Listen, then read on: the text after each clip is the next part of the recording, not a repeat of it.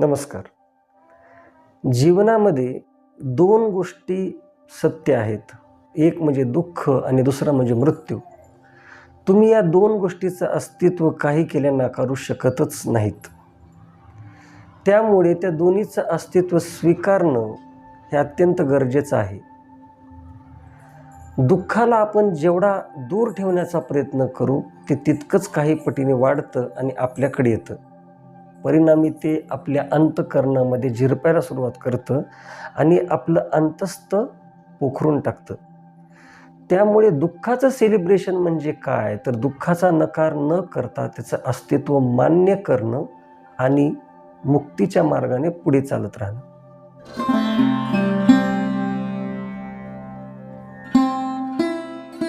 दुःख आपल्याला जीवनामध्ये बरंच काही शिकवून जातं.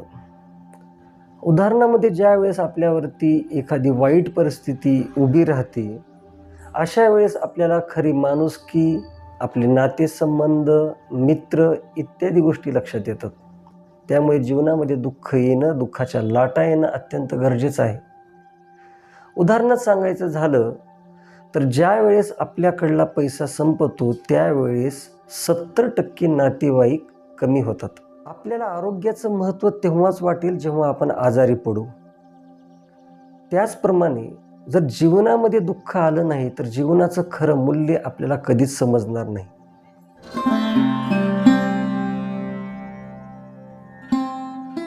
जीवनामध्ये जर परिवर्तन घडवून आणायचं असेल तर जीवनात दुःख येणं हे अत्यंत गरजेचं आहे. उदाहरणात सांगायचं झालं तर जेव्हा एखादा परीक्षार्थी दुःखाचा महासागर तरून जात नाही तोपर्यंत त्याला यशाचा किनारा दिसणार नाही. ज्याप्रमाणे एखादी स्त्री प्रसूतीच्या कळा सहन करणार नाही तोपर्यंत ती प्रसूत होणार नाही. याचा अर्थ असा आहे की जीवनामध्ये परिवर्तन होण्यासाठी, जीवनामध्ये मोठे बदल होण्यासाठी, जीवनामध्ये सुख येण्यासाठी, जीवनामध्ये आत्मउद्धार होण्यासाठी दुःख येणं हे गरजेचं आहे. आणि त्यामुळे परिवर्तन हवं असेल, जीवनामध्ये जर सुखाची पहाट पाहायची असेल तर दुःखाचा स्वीकार हा करावाच लागेल.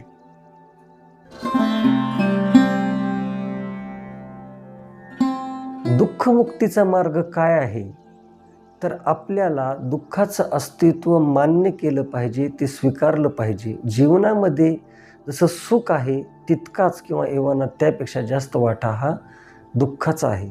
तुमची इच्छा असो किंवा नसो, एक वेळेस सावली तुमची साथ सोडेल पण दुःख तुमची साथ सोडणार नाही. त्यामुळे दुःखाचं अस्तित्व मान्य करणं आणि गो थ्रू करणं हा दुःखमुक्तीचा सर्वोत्तम मार्ग आहे.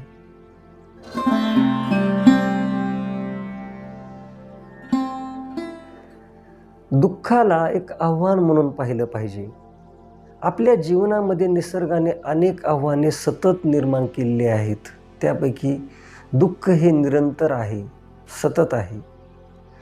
उदाहरण सांगायचं झालं तर परिस्थितीने किंवा निसर्गाने आपल्या सभोवताली 24/7 दुःख जे उभा केलेलं आहे त्यामुळेच आपण जगण्यासाठी सक्षम बनतो.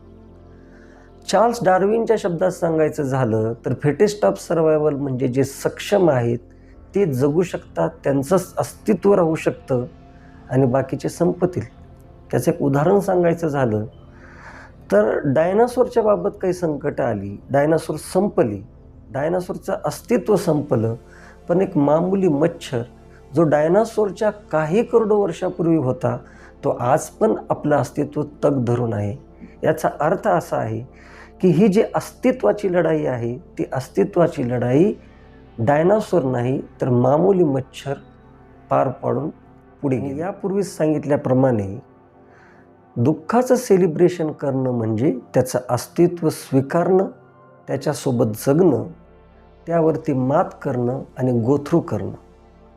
संकटातून आपण काहीतरी चुकलो असं म्हणण्यापेक्षा संकटातून, दुःखातून आपण काहीतरी शिकलो, हा पॉझिटिव्ह विचार, हा सकारात्मक दृष्टिकोन दुःखावर मात करायला नक्की मदत करेल.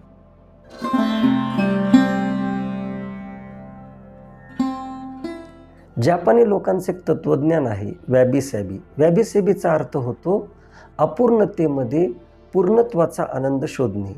या जगामध्ये आपल्या जीवनामध्ये पूर्ण असं काही नसतंच मुळे. आणि त्या पूर्णत्वाच्या शोधामध्ये, त्या पूर्णत्वाच्या अपेक्षेने आपण आहे ते हातचं सोडतो आणि दुःख स्वतःहून आपण लावून घेतो.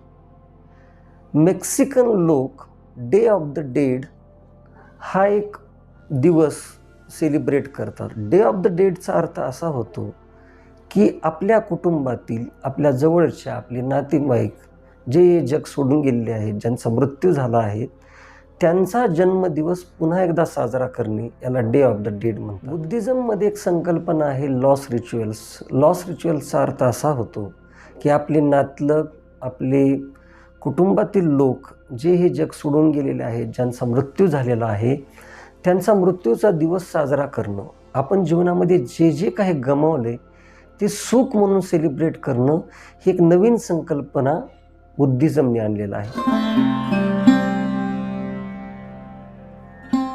तर जे आपण आत्ता चर्चा केल्या, जी जपानीज संकल्पना आहे किंवा मेक्सिकन आहे किंवा बुद्धिझम आहे, या सगळ्यातून आपल्याला शिकण्यासारखी गोष्ट एकच आहे की दुःखातून मुक्तीचा मार्ग म्हणजे दुःखासोबत प्रवास करत करत त्याचं अस्तित्व मान्य करणं आणि जीवनामध्ये पुढे चालत राहणं. नमस्कार.